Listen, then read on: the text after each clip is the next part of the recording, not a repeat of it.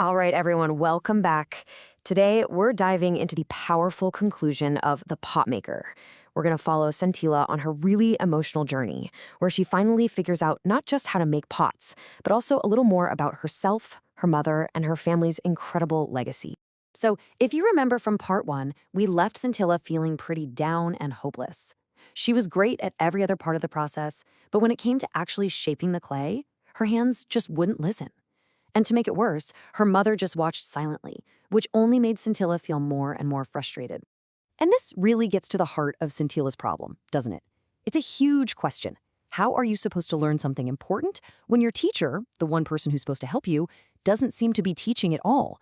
It's about finding a different way to learn, and maybe, just maybe, finding the right kind of help.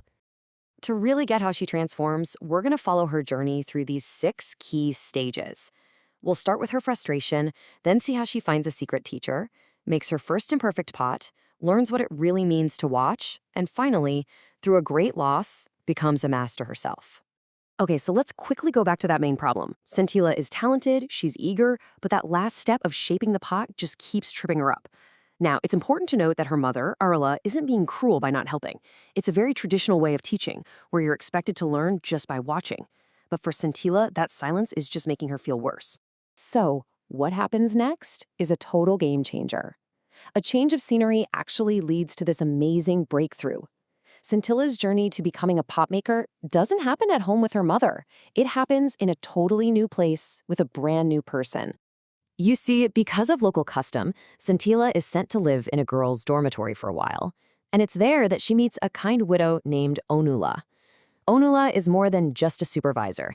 She becomes the wise and trusted mentor that Sentila has been needing this whole time.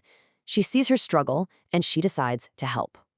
One night, Onula sees Sentila practicing in secret, and she immediately knows what the problem is. Sentila is just way too tense, and you can see the huge difference here, right? With her mother, the whole experience is stressful and frustrating, and it always ends in failure. But with Onula, it's calm, it's guided, and that little shift makes all the difference in building Sentila's confidence. And I want you to think about this for a second. Have you ever been in that situation, maybe trying to learn a new sport or play a new song, and you're just so nervous that you keep messing up? If you've ever felt that way, then you know exactly what Sentila was going through. So, let's get to the big turning point. This is the moment where everything starts to click for Sentila, and it's all because of Anala's gentle and direct way of teaching. Anala's method is really simple but so smart. First, she just shows Sentila how it's done.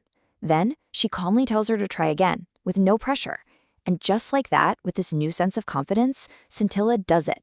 She makes a beautiful pot for the very first time. What an amazing moment for her.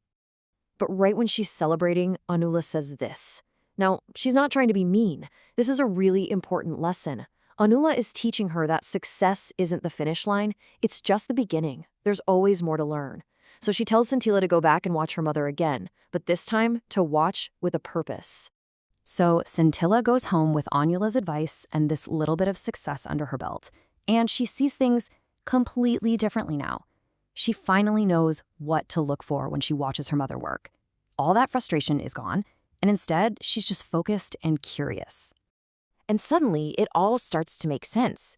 She starts noticing all these tiny, skillful things that she was way too stressed out to see before, like the exact way her mother held the spatula, how her rhythm slowed down when she shaped the mouth of the pot, and that little strip of clay she'd add to make a perfect rim.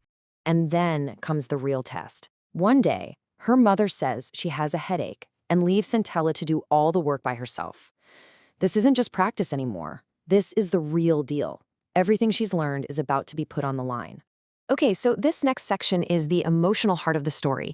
It's really powerful and kind of heartbreaking because it's where Sentila's greatest success happens at the exact same time as her greatest loss. So Sentila starts working, and she's incredible. She makes a whole row of perfect pots, almost as many as her mother. She must have felt so proud. But when she goes inside to get her mother for lunch, she finds her. Her mother has passed away. As they're taking her mother's body away, Sentila cries out these really strange words. It's like she feels guilty, doesn't it? In her confused and grieving mind, she's somehow connected her new skill, this mastery that just came to her, with her mother's death. as if her success is what caused this terrible thing to happen. So let's look at the beautiful, powerful ending of this story and see how this moment of incredible sadness also becomes a moment of real growth and understanding. Well, it's Anila who seems to understand what Sentila really meant. She goes to the shed where they work, and she sees it. There are 2 rows of pots, and they're identical. There is absolutely no way to tell the mother's work from the daughter's. And in that moment, Anila has this deep realization. And this is the whole theme of the story. Sentila's new skill didn't cause her mother's death. It was a symbol. It was like a torch being passed from one hand to the next.